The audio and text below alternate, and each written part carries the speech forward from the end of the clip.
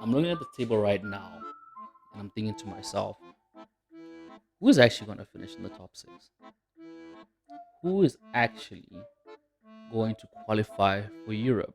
When I mean Europe, I'm talking about Champions League. I'm not even going to include Europa. So, yeah, I'm talking about Champions League. All right. Welcome back to another episode. And I'm going to be talking about Europe. Right.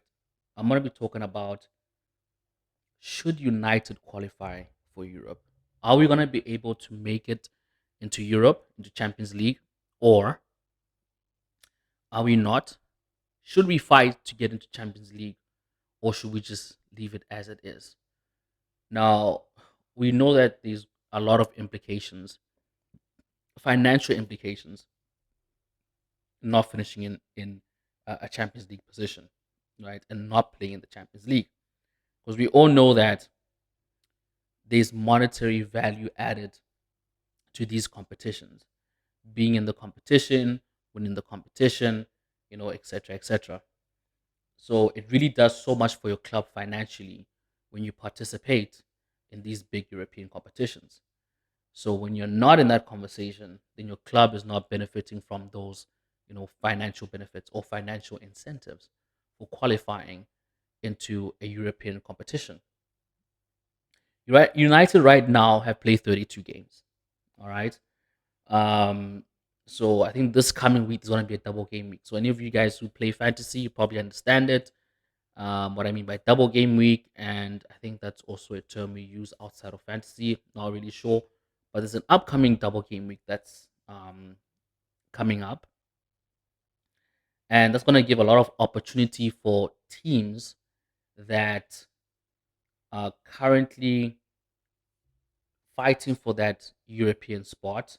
For example, Chelsea, who have a game in hand, two games in hand in actuality, and they actually, for some weird reason, can slowly become part of that conversation.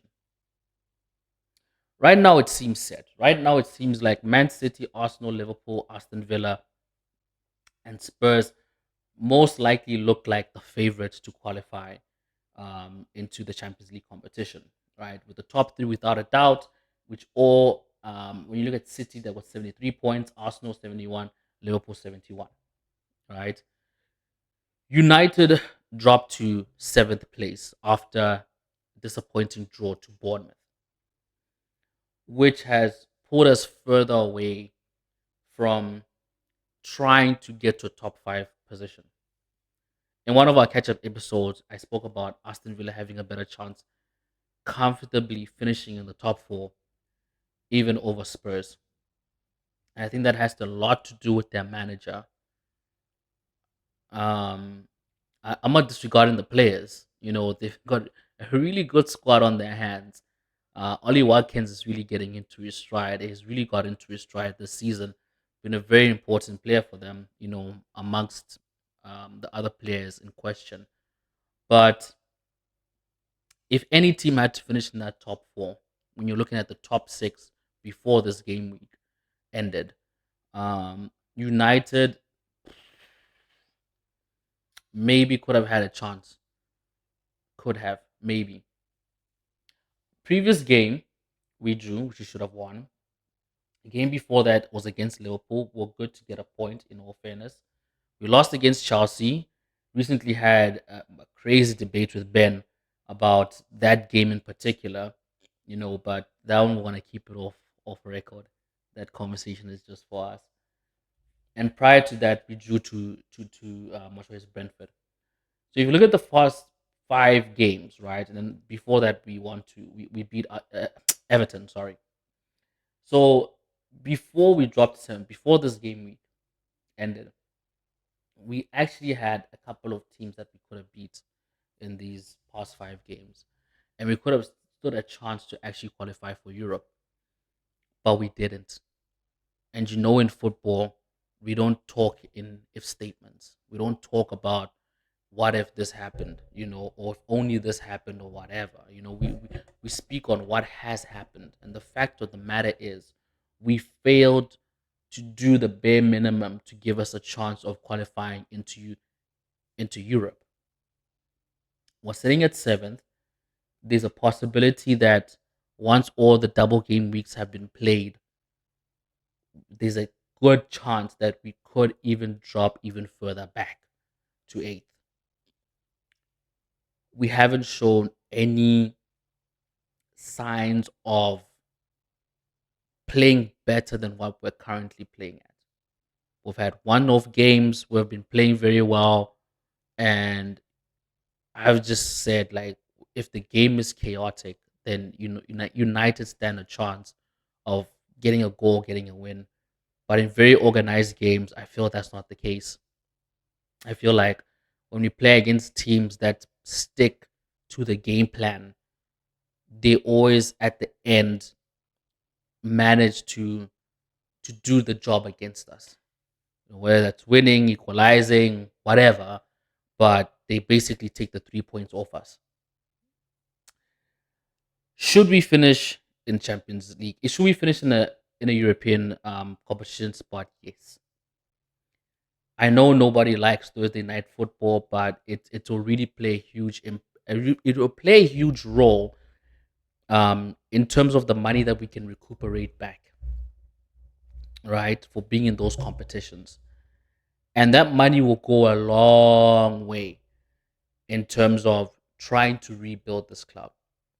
Looking at the fact that Ineos have already said that they're not going to do big spending. So no more buying these Galactico star players. So Jim said no more buying Mbappe, the Mbappes of the world. We want to buy the next Mbappes. But even in that same statement, it's with reasonable what was it's within reason, right? So there has to be a reasonable price tag around that player. So from the way I see it, when you look at our last signings of Anthony and Rasmus, in the 60s, 70s, high 60s, 70s, 80s, even Onana, I don't think we're gonna be going that route anymore. The youngsters are looking very good. They're looking very promising, being integrated into the first team. So I don't see us making big signings unless it's absolutely necessary. So I don't see us making any big signings like over 50, 60 million. And I think a lot of the names that are going to be coming into this club are going to be players that don't really have a high profile as the sort of players that were bringing in the previous seasons. The Sanchos, the Varans, the Casemiros, you know, players like that. I think we're going to bring in lesser known players, but it doesn't mean because they are lesser known and they don't have a high profile, it doesn't mean that they're not of that caliber of a player. It doesn't mean that they're less talented or they don't have good qualities. So I really think we're going to deep dig. Our scouting system is going to be much better than it has ever been before. So, with that being said, there's a lot to look forward to next season. And even though we may not be in the Champions League, being in Europe will still be good. It'll still be good for experience. It'll be good on a financial point of view. It'll be good to really give, especially the likes of, the Ganachos, the Kobe Mainus, the Rasmus Hoylands, to continue developing their skills, in European competitions, getting more experience, and working ourselves back up. I don't think we should allow ourselves to fall out of Europe. We have already dropped off. We've dropped our standards in terms of finishing in top four, you know, and we've now been relegated to Europa. It should not become worse than that, you know. We should have at least a limit to how far we actually fall back. And I believe Europa should be that limit. I don't think it'll be in our favor. I don't think, yeah, I know a lot of people, fans may be happy that, you don't want to compete in Europa, whatever, but Europa is also another gateway of getting back into Champions League, just in case you bottle it in the Premier League. you know. And I think where United are right now, I think Europa is probably our it's probably where we are right now in terms of competitiveness. I think that's our league. When you look at our standard of football, we belong in Europa and not in Champions League. I think being in Champions League, as much as it's fun and it sounds so good and it's great to play in that league, I don't think we get so much enjoyment out of it. It's not nice going into Champions League and not even sure if you're gonna make it out of the group stages or not.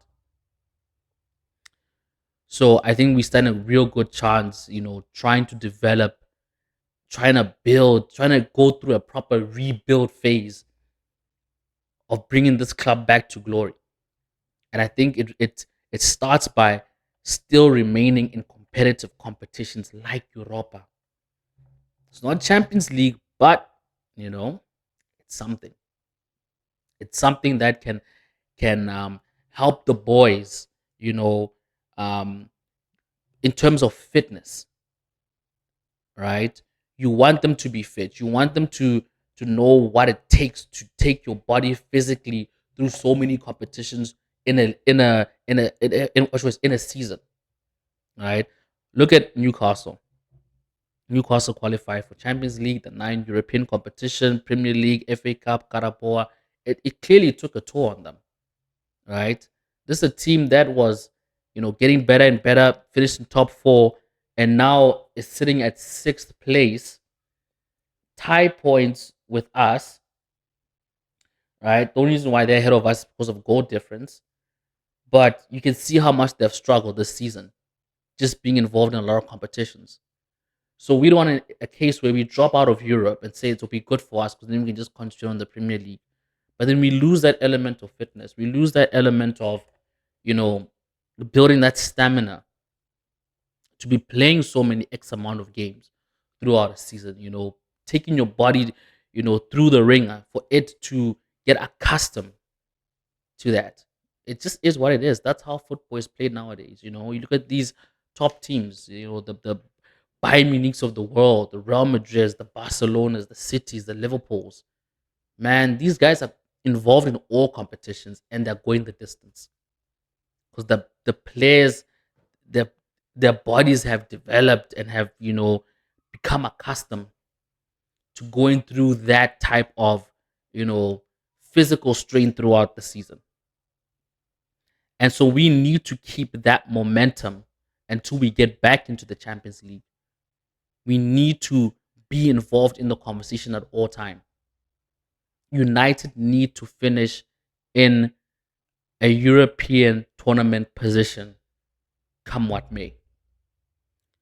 But like I said, we need to be realistic. Champions League is out of the question. Europa League is attainable. But how attainable is it? Like I said, Chelsea are playing Arsenal next. Cole Palmer's on form. The game could. We don't know. We don't know how the game could go, and I don't even know if it's an away match. Okay, it's an away match. So yeah, London Derby. But yeah, that game could go anyway. Our next game is Sheffield. We expect ourselves to get 3 points over there. What's really holding us back against Newcastle is our goal difference. Because our goal difference, we're sitting on -1, Newcastle sitting on 17. There's no way we're gonna surpass Newcastle in terms of um goal difference, right? We're 10 points behind Spurs. There's about what 6 games left of the season.